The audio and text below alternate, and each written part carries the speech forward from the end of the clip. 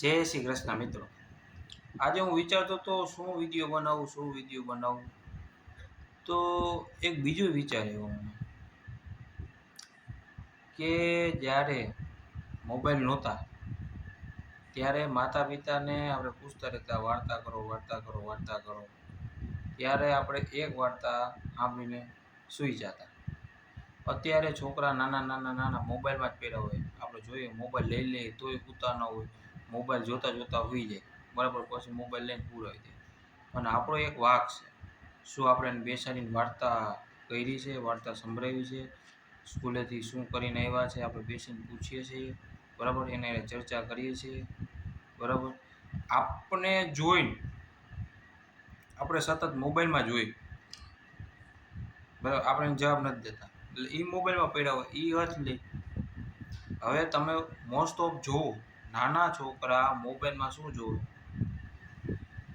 નાના છોકરાની વાર્તા, નાના છોકરાનું કોમેડી વિડીયો જોવે, જેઠાલાલ થઈ ગયા, ખજૂરભાઈ થઈ ગયા બરાબર છે, નાની નાની વાર્તાઓ જોવે.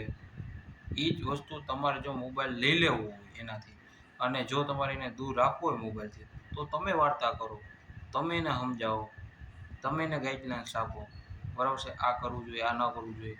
પછી આવે ગેમ તમે રમવા નથી જવા દેતા બહાર. અમે પહેલાં રાતે 12 વાગે અમને કહેતા કે તમે ઘરમાં કરો, હવે બસ કેટલું રમવું, ત્યારે અમે ઘરમાં જતા.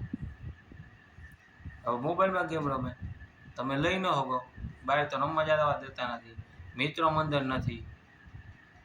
આજે હું ના નથી પાડતો પણ એક ગલીમાં બધી સમાજના વ્યક્તિ રહેતા હોય બરાબર છે, તો આજે એના છોકરા મિત્ર બને, આજ બહાર રમવા જાય તો મિત્ર બને કે આ મારો પાકો દોસ્તાર, આ ગઢવી, આ આયર, આ દરબાર, આ બાવાજી, આ કુંભાર.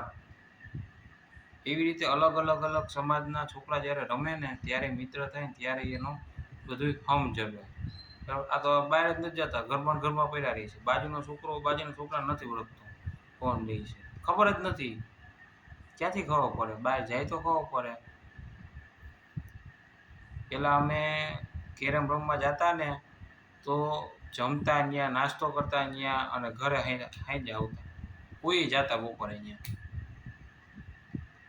એવો સંબંધ હોય, એને પાડોશી ધર્મ કહેવાય, એવા પાડોશી. અત્યારે તો ખાતો નહીં.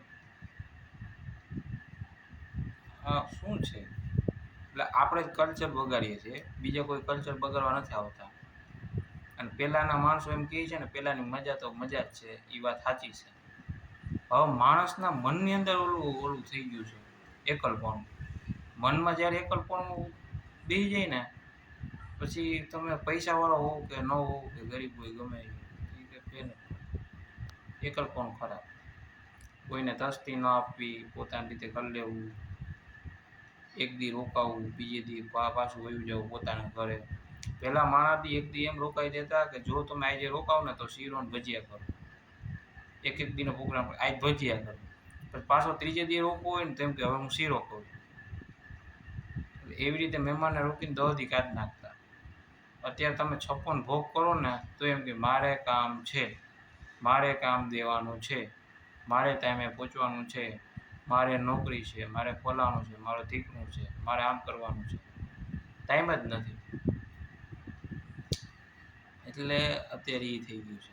એને લીધે માણસને સતત મજા જ નથી આવતી, એકલપણું લાગે.